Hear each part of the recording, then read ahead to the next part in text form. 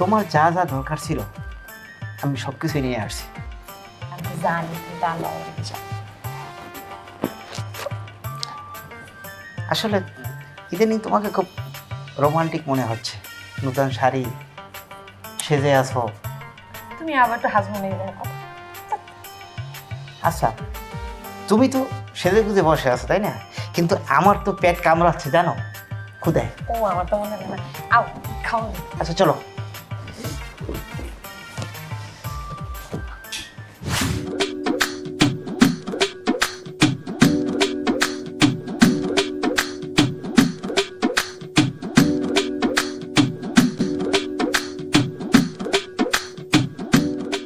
কি খবর সুরজ ভাই, জায়গা কি এটা কিনলেন নাই?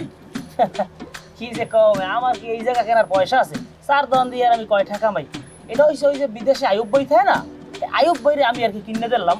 তাই এখন আয়ুব বইরে এবার আমি কালকে দেখাইছি যে আপনার অলটা পড়ে গেছে আর ওই মধ্যে জঙ্গল মঙ্গল হয়ে গেছে। আয়ুব বই এবার আমার কইছে কি যে অলটা যে ভাঙি গেছে গেটের ইন্ডিয়া ওটা ঠিক করতে যা লাগে কয় টাকা লাগ কও, সেইটা আমি এবার দেখতে আইছি মূলত।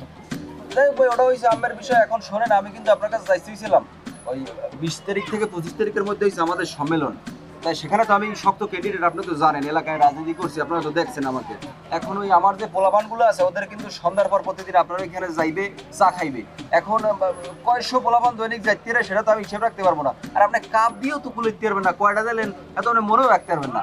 এই জন্য আমি চাইছিলাম কি যে আপনার সাথে আমি কেতলির হিসেবে যাবো, বুঝছেন? কেতলির হিসেব হয়েছে যে ধরেন আপনি দৈনিক সন্ধ্যার পর কয় কেতলি চা খাওয়াইলেন, সেই হিসেবটা হবে। আর আপনি কেতলি প্রতি কয়টা নেবেন সেই কর।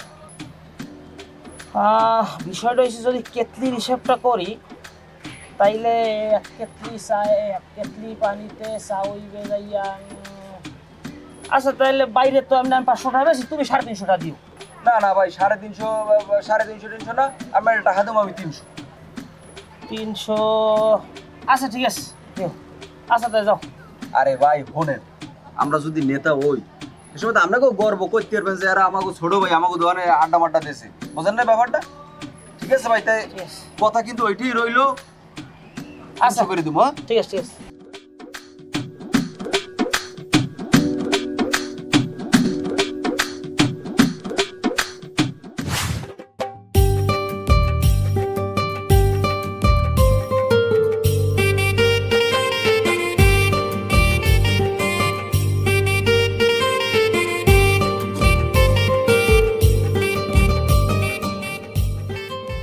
জান, তুমি কি রাগ করছো জান? আমি আপনার সাথে রাগ করতে পারি বলেন? আপনার সাথে রাগ করা মানায় আমার? দেখো না জান, আসলে ভাইয়া বাসা থেকে বেরোতে দেরি করছে, না হলে তো আমার আগেই এসে পড়তাম জান। তোমার একটা জিনিস বুঝতে হবে, আমি তো একটা মানুষ। আমি যত সময় এই জায়গায় দাঁড়াই রয়েছে, এই জায়গায় যদি একটা বাঁকা কুত্তা এই 1-1.5 ঘন্টা দাঁড়াই থাকতে এই রৌদ্রের ভিতরে, জিবরিয়াটা দেরাত বাইরেই যেতে। সরি জান। আচ্ছা জান, আমরা এখন কোথায় যাব? বেরিয়ে যাবো আশুলিয়া। মনসুর ভাই নৌকার সাথে কথা বলছি, আজকে নৌকা ভ্রমণ করবো। দেরি হবে না আসতে? সময় লাগবে কি?